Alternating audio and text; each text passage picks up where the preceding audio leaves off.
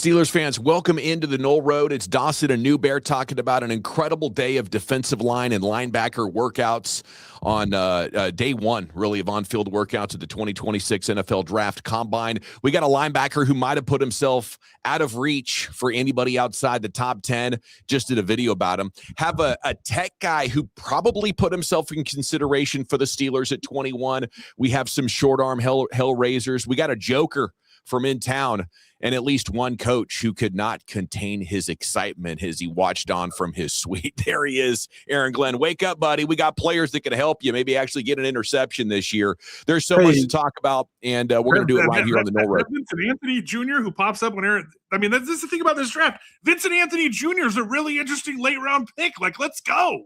Wake up, dude. Here we go.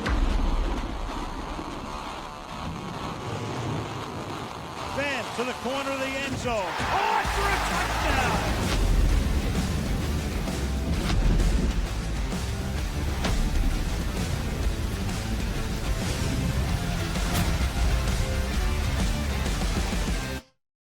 Chats, Dawson and Newbear on the channel. Please tell us what you think down there in the comments below. Let's talk ball. Let's talk NFL draft with you, Steelers fans, in the comments all day long. The show does not stop when it stops. Please, if you want Steelers long form content all the way through the offseason into Latrobe and throughout the season, consider hitting that sub and maybe even the like button. You know, if you like the content, please like the video. Buddy, I've decided that if I'm reincarnated, I want to come back as not Aaron Glenn, as this guy Sonny Styles. Oh my God! Wait, no, you're playing Bailey. You're playing Bailey. Now. David Bailey. I wouldn't mind David Bailey either. Yeah. Holy cow! How about Anthony Vincent? I'd like to be 6'6", man. Anthony Vincent Jr. put Aaron Glenn to sleep. That dude goes 6'6", and he ran 4'8". Like, you could do a lot worse than that kid out of Duke. That's what I'm saying, man. There's so many interesting guys, and David Bailey being a dude that I know you see rising. I think you probably want him in Dallas with the way that you guys are going to play, right? Things. Here we go. How about a guy who could play anywhere, anytime? Sub 4.5. 4.49. Here's his first Sonny Styles. Buddy, we just did a video about him. I think if the Steelers want to go get him, it's gonna take the 2 and maybe a couple of 3s to move up far enough. Let's say goodbye to the Sonny Styles dream here on the Knoll Road. You remember when we did the mock draft and he fell at 21 and we were sitting there like, just run to the podium. You know, yeah. I was sitting here yesterday morning watching the pre-combine stuff, and Pelissero came on and he said there's never been a 240-pound linebacker, 240-pound plus, regardless of the height, who went 40-plus vert, 11-plus broad, and 40 sub 4.5. And, like, not only did Sonny Styles do all those things, he didn't just eke over the line. He blew the doors off Lucas Oil Stadium. 4.46 is ridiculous. Ridiculous. It is, and I could see him now probably going no lower than Washington at 7. With how much they need defense. Drake all day, man. Probably a top 5 guy. I mean, there's a couple of pass rushers in there. There's a quarterback. A team might want to tackle. A team might fall in love with one of these wide receivers. But on the idea that Sonny Styles is a top 5 level pick, I definitely agree. So, I mean, can we do this? You and I in the Sunday show a couple weeks ago talked about T'Vondre Sweat. What just happened? Jermaine Johnson and T'Vondre Sweat just got swift for each other. The Jets sitting at 2. They moved Jermaine Johnson to bring in T'Vondre Sweat. Aaron Glenn's fallen asleep at the combine. Can't be bothered to watch these dudes, but he's remaking his defense in a completely new image. If they're going to do everything they can to keep the dudes in the middle, I mean, could you imagine Sonny Styles at 2? I mean, what do you do? See it. Yeah, I could see it. If you decide at the Jets, this guy is going to be the quarterback of our defense for maybe the next 15 years. He's just 20 years old. He helps us in the run. He helps us against the pass. And you know, if you're building on defense and the best player on the board's a middle linebacker, I know positional value isn't there, but no. If you think Caleb Downs is the best player, take him at 2. If you think it's Bain or Bailey, it's short arms, this production, that. Counting stats, next gen, whatever stats you're looking at. There's too much value to be gained in trading down because teams want edge players, they want corners, they want wide receivers, and they want tackles. I'm not here to take a guy unnecessarily high. You know, like teams famously wait on guys they know are good players, but they know the rest of the league's not going to take them. All right, so let's unpack that. because there's plenty to talk about from what did and did not happen with the big guys, defensive linemen, and the edge guys, the pretty guys, the ones who get paid. That was what everybody said about Arvell Reese with his agent. His agent needs to show, when they talk about the position he plays, ask Micah Parsons. You don't want to get pegged as a defensive end. You want to be an edge. They make more damn money. But, like, I would be terrified to take Arvell Reese. Let me just say that. Do it. Why? Arvell Reese is the top player in this draft whose traits could end up blowing up in a team's face. Like he is a really good collegiate football player. He is doing it on athleticism on a team loaded with athletes. So every player at Ohio State is a potential bust, especially when you don't see those traits manifesting themselves on game day in a great way. The one I would love to bag on Ohio State, #fuckeyes, but like as you go through the unpacking of these players, let's remember one thing. Sonny Styles hasn't really been asked to blitz, and there's going to be an NFL DC that green dogs the shit out of him. Like, there's things that are going to happen on Sunday. I thought you were going to go into the split variants where Reese was playing. You know, they have the two middle linebackers. They play a ton of sub stuff, and they want to get as many the stars, the monies, the jacks, like whatever you call it, and however you do it. Man, I cannot.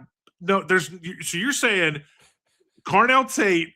No, stop. We can't do this. I'm out on Carnell Tate. No, stop. We're not turning this into an Ohio State show unless we're talking about Kaden McDonald, because he's going to be there for the Steelers because his slightly shorter, slightly heavier 20-year-old ass fell on that terrible, no good, very bad cork and coconut husk infill at Lucas Oil Stadium. And he's going to have a pro day if he wants to be there in the first round. And we're talking about, disappointed for the young man. Well, we got a lot of players to talk about. And if you want to debate Tate, if you want to debate Sonny Styles, Arvell Reese, maybe we can do that on another Ohio State specific show. Yeah, because I'm just saying they're not going to be there at 21. If Sonny Styles isn't going to be there, Carnell Tate ain't going to be there, Arvell Reese, Caleb Downs, none of these guys are going to be there. The Steelers, we know Art Rooney isn't going to package all these picks. He's not going to let Omar go chase. What if he does? What if winning now? Oh my God. What if all those threes, how high would they have to go? How high would they have to go? What would they have to give up to go get Sonny Styles, Arvell Reese, Caleb Downs? I think it's all your threes and your two. If you want to get into that range where you're going to end up with one of those players. To beat Cleveland at 6. Yeah. And considering how many needs you have and how much quality there is between 25 and 70, let's say, of this draft, I think it's probably best to stand pat. But if you fall in love with one of those guys, that would be a very exciting way to kick off the NFL draft in Pittsburgh. Okay, so who else could be out there, and who else is making waves at the combine? There's free agent news that's very interesting for the Steelers. The Cowboys are talking with middle linebacker Nakobe Dean. Of course, they just hired the Philadelphia defensive coordinator. Steelers are talking to him too. I know you were in Texas, and the Cowboys are talking to him, but the Steelers are talking to Nakobe Dean, and it might turn into a bidding war between two of the all-time great franchises. So if the Cowboys get him and don't take a linebacker at 12 or 20, I think that kicks guys down to 21. C.J. Allen, who did not run, he's going to wait for his pro day before he puts all that out there. But a guy that did is Jacob Rodriguez out of Texas. Ooh. I want to know from you, Newbear, if you think 21 would be too rich for this guy.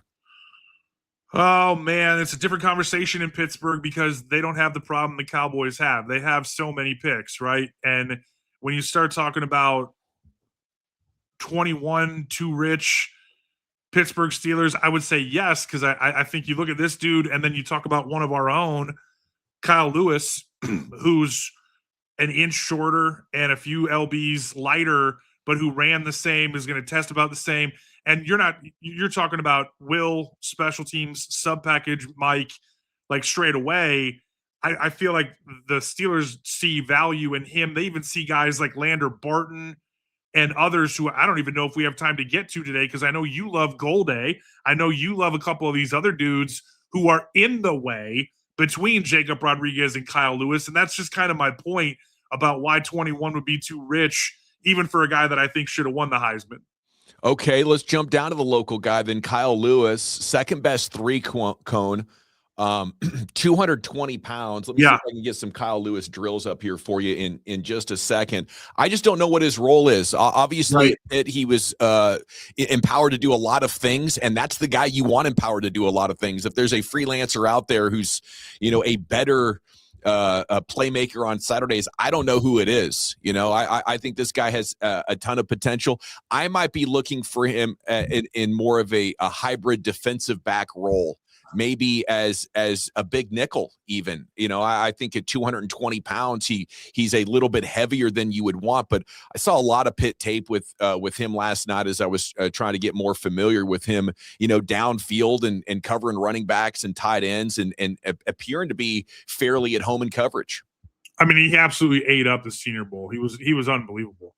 And I've just been trying to go back over time and compare this, is it Jabril Peppers when Patrick Graham had Peppers in New York? Like, is he that small? Is he that fast? Like, it really is closer than you think with this truly elite speed and versatility, agility, all the things with this linebacker class. What a first day down in Indianapolis. Look at him go, man. Yeah. Second best three cone, and apparently he's a preparation nut. Like, he was the first guy in the building every morning, legitimately dialed in. Diet, sleep, everything is focused around football for him. I don't think you can have enough guys like that in your building.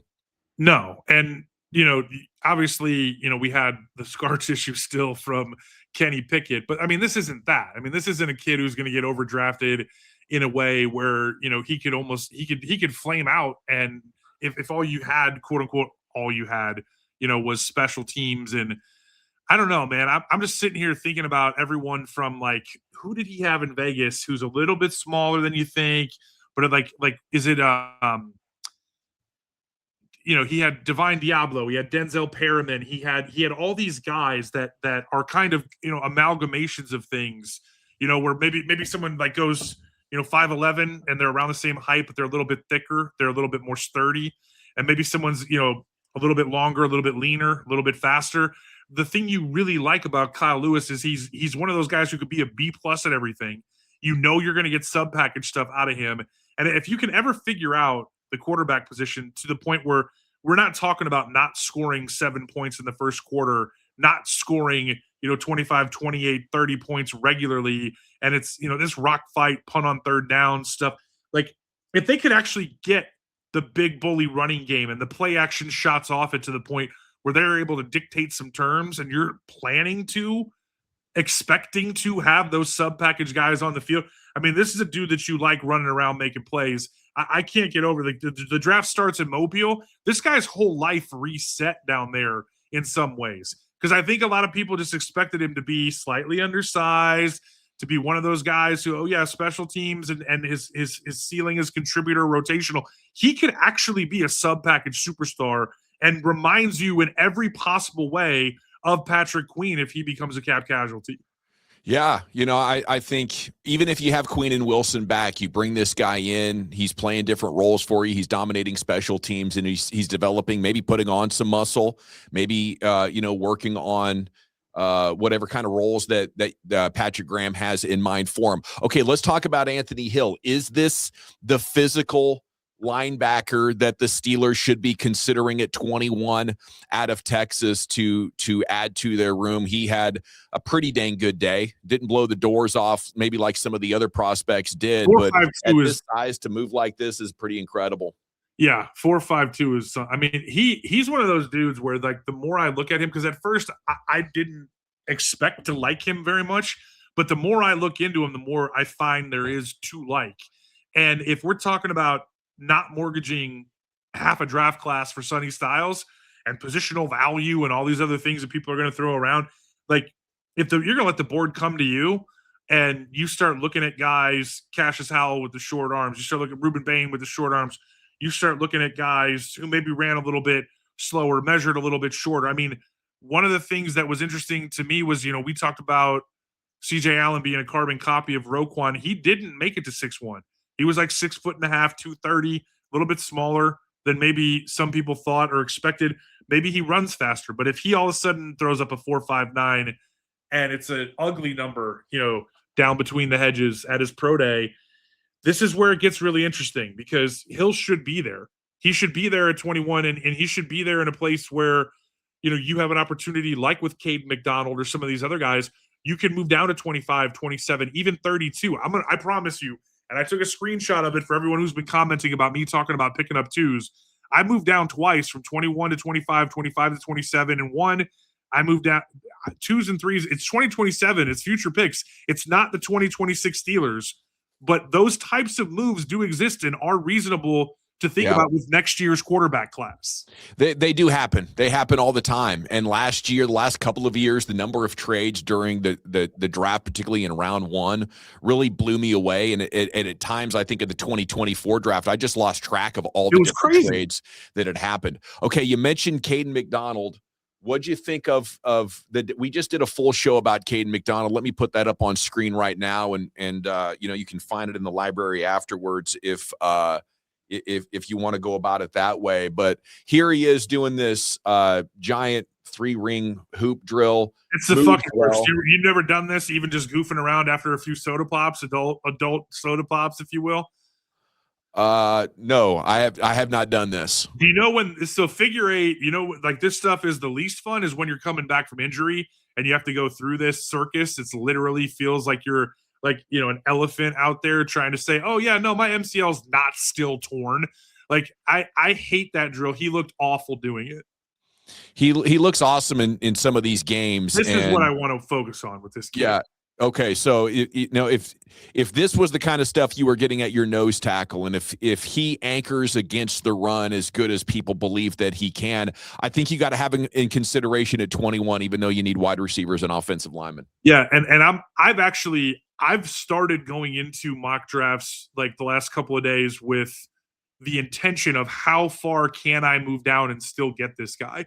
Who else is coming up to get him? Bears I've talked about before, and other squads that might try to sneak back into the first round. If it's a guy that you fall in love with, Lee Hunter is a dude who's got some pretty big variance in terms of both his positional value and his draft stock. And he did not acquit himself well. Like a 21.5-inch vert and an 8.4 broad jump. Like he needs to have a pro day if he wants to be a part of these conversations. McDonald with the tape, though, he measured just over 6'2", I think 6'2 and an eighth, 323, 326. The tape. And oh, by the way, still not 21 years old, can't buy his own beer. And when you think about a dude like that with his best ball being in front of him, I'm willing to say, get right for your pro day. Put some good stuff out there, and then let's go back to the tape and let's talk about what we want to be, because Dante Corleone went like 6'1", 340, and I joked about him looking like he could spend some time reading the paper, funny papers, having that morning Constitution, and he's not doing anything to dispel those rumors. Lee Hunter had a tremendous combine interacting with people. His personality, the NFL Network folks said if we're going off personality, he is a top 5 pick, but he's not an athlete. And that's what I thought when we did the video about the defensive tackle candidates. Was it earlier this week? Was it last week? I'm not quite sure, but I thought, dude, this guy is massive and he's strong and he's going to eat up double teams and he's going to make plays against the run, but don't expect him to run around anybody. Like if he ever rushes the passer, it's going to be because he moves the guy out of the way in front of him and then takes the straight line to the quarterback. And then yesterday just proved how bad of an athlete that he is. I think he's probably a day 3 pick, as much fun as it is to cover this guy.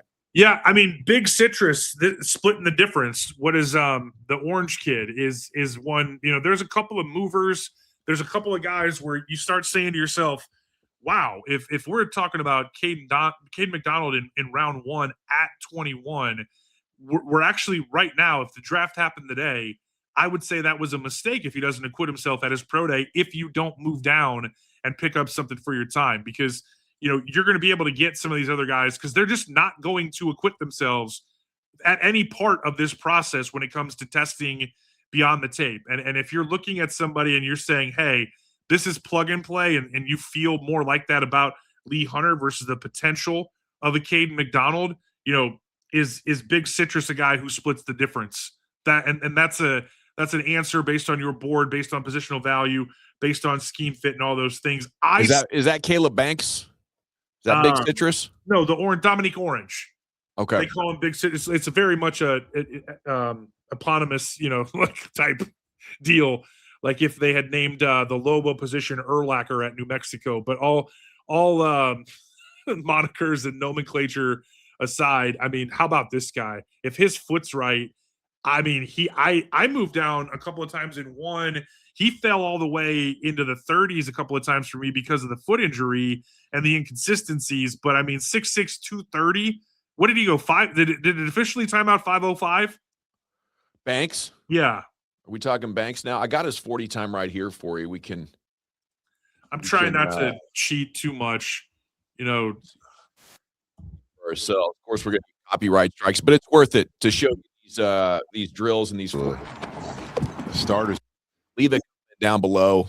Here's Caleb Banks, 5:05, dude. Yeah, I think everyone kind of ticked up 100th of a second in their officials, and yeah, I mean, Jude, God bless. Yeah, so for the Steelers, when you start talking about a guy like Caleb Banks, I don't know. I kind of move on, and I don't know if we should. Maybe in the draft lead up, we'll get a better idea of the kind of players Patrick Graham feels like he needs. But he's going to be gone in the first round. You have Cam Hayward, you have Derek Harmon, you have Y.A. Black, you have Keanu Benton, who maybe should be playing one of those, defensive end spots in the 3-4 instead of nose. So. I'm looking not necessarily for the long guys who can stop the run and also rush the passer a little bit like Caleb Banks or Keldrick Falk or something. I'm just looking for those fat guys in the middle when it comes to the defensive line. I mean, he had the 2024 at Florida. Last year he had the foot. He played the full season. 2024 he had 7 tackles for loss, 4.5 sacks. There's not some number out there. There isn't this crazy college production. But at 6'6", 230, moving like that, you go, what if his ceiling is Stephon Tuitt? And people remember he retired way early, took his ball and went home, and wish you the best. Was a great Golden Domer, was a great Pittsburgh Steeler, and probably on his way toward being in the conversation to be in the Ring of Honor, based on how good he was and how he walked away on his best, at least counting stat, season at 27, I think. And what if this guy is that? But, the foot at that size doesn't become an easier conversation over time. And I'm still in the tape, and I'm still a Caden McDonald fan, not just among this class, but thinking about what he's going to be, against the next couple of classes of DTs and what you can shape and mold him into, because, again, the young man is still just 20 years old. Did Corleone not end up doing any of the drills? No, because I want to know what the hell he's been doing. Because when you show up at 340 and you don't – if he would have showed up at 340, he's basically the size that Vince Wilfork was listed at, and maybe young Vince Wilfork actually was. And if he would have shown up like Don Terry Poe at 346 and gone 498, I don't think Corleone has that in his bag. What he has is, I'm going to get in a 4-point stance, and I'm going to make your life miserable as long as I'm out here. And, I mean, he's just a thick burger. I mean, he's just one of those dudes where anything you get out of him beyond that, where his job is to make sure those two dudes have to stay, can't come off to Peyton Wilson, Patrick Queen, and he's just ruining your day without ever technically, quote unquote, making a play. He's making plays so everyone else can be superstars. I really like Corleone. I don't know how you grade late first round as compared to day 2 picks exactly and everything that you're looking for. Maybe he's not going to be an every down player, but I would love to see the Steelers pick up Corleone. Yeah, well, think about all the Permane Bros will have a promote with the Godfather sandwich. They just bring it down the Ohio from Cincinnati. Like, let's go. Any of the other big guys, a defensive tackle, a 3-4 defensive end you want to talk about before we get to these edges real quick? No, I feel like we should keep it moving because I've been talking too much. Okay, no, I like it. And if you're liking the content, please go ahead, smash that like button. Tell Newbear he is your favorite football Neanderthal as well, the all-academic SEC lineman at Kentucky. Okay, when it comes to the arm length, I think McDonald and Corleone, that applies to them as well. But yesterday, the big conversation was around Ruben Bain and Cassius Howell, A&M and Miami. There's a lot of different opinions on this. The top 10 sack getters last year all had arms over 32. It's rare that you find a guy getting it done under 32. I mean, Micah Parsons was considered incredibly short arm. He's the only one at 31. 31. Yeah, he's the only one, dude. 31 and a half. I think Okay. I've seen him. Micah, do you think? I don't think the Steelers are looking for an edge. Obviously, I've actually been actively avoiding them unless it's something ridiculous like the Sap kid, who's really more of when you talk about, I think what he's gonna be more of a true. I don't think you're dropping him too much on Sunday. Tyreek Sapp. Sorry, I couldn't remember what his first name was, because he's a dude who I keep seeing going in the 6th and the 7th, and I don't know if guys like that are going to be UDFAs. This might be the deepest draft of all time. And man, the Vincent kid, where Aaron Glenn's fallen asleep, but you brought up the arm length stuff, and the only way I think the Steelers end up being super interested is if they're falling. And again, let's just say they don't like Kaden McDonald at all, and I'm crazy. There's a lot to like about Cassius Howell and his batitude, meaning not like AJ Brown and company, but like he's just a bad dude, and he knows it, and he plays like it. The guys who roll up and show off the abs, like I always love that. Like going back to Zeke at Ohio State, like when you're one of those dudes and you back it up, there's nothing better than that. And he is not as productive as Bain, and especially when you go back and look at some of their like supernatural Derrick Henry level running the ball. Remember the crazy stats of Derrick Henry's pro career? He just passed his high school stats. That's how crazy he was in high school after a decade in the league. Like Ruben Bain had like 77 sacks in high school or something. And, he's a dude who's just figured out how to get it done at every level, despite or in spite of how long his arms are. And you haven't seen that exact level with Cassius Howell. I know we want to go deeper, potentially do a mock draft Monday with him. But if you're sitting there and the Cowboys don't take him at 20, and he's now in a spiral, and you can move off of 21 and pick up 2s and 3s into 2027 to go hunt your quarterback, because it doesn't look like we're any closer to figuring that out. Like, Cassius Howell's real interesting as part of the rotation, especially if you're thinking about moving Herbig or Highsmith. Yeah, I think that the arm length is going to get you in trouble the more you're trying to stay in the box, scrape down that line, maybe as a linebacker who's off ball, or you're hung up on a block with a guard or a tackle, and you're trying to get to the opposite side of that block and get an arm or get a hand on a running back coming through.